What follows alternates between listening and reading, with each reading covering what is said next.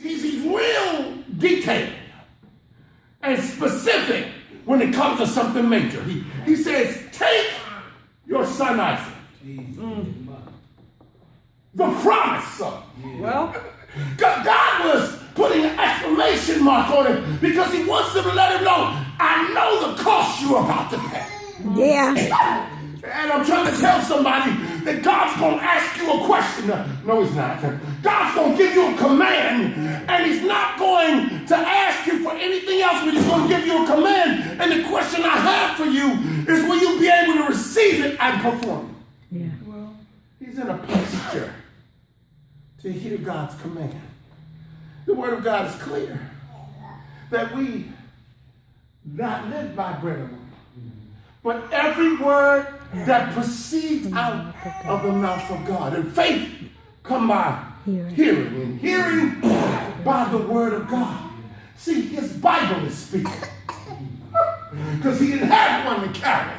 But he was more blessed than we were because he got all of the nuances of what the word was, because when God spoke to him, I believe his whole body shook. yeah. Could you imagine the God of the universe speaking personally to you?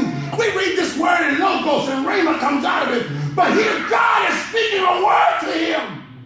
The very words that he spoke are written in the book. Yeah. So he took time to speak to him, but he was postured in a place where he could hear God. But not only a posture in a place where he could hear God, he was prompt and with preparation prepared to heed God. It's right here in the text in verse 3.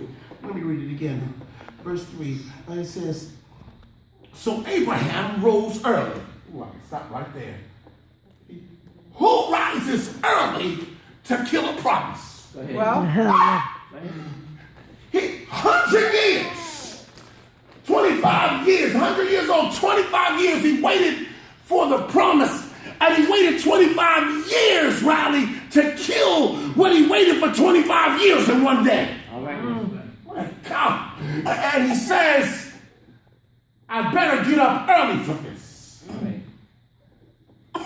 Some of us would get up early to get out of town. All right. yeah. But where can you hide from me? In secret places, saith the Lord. Do I not fill up the heavens and the earth? Where could you hide from God? Where could you go that his presence was? Where could you hide where his hand wasn't? All right. And so he got up early because he understood that the same God that gave him the promise will be the same God that will protect him. And it's important for us to understand that God is going to ask us some surefire, as sure as you're living, as sure as you're breathing, God's going to ask you some hard stuff. Yes. But the question is, how much do you really love it? Yeah. It's right here in the text. This is not a measure of a man, but the measure of a love of a man to his God. How bad? Do you love me more than you love this promise? Well, I love Abraham's response because he gets up early.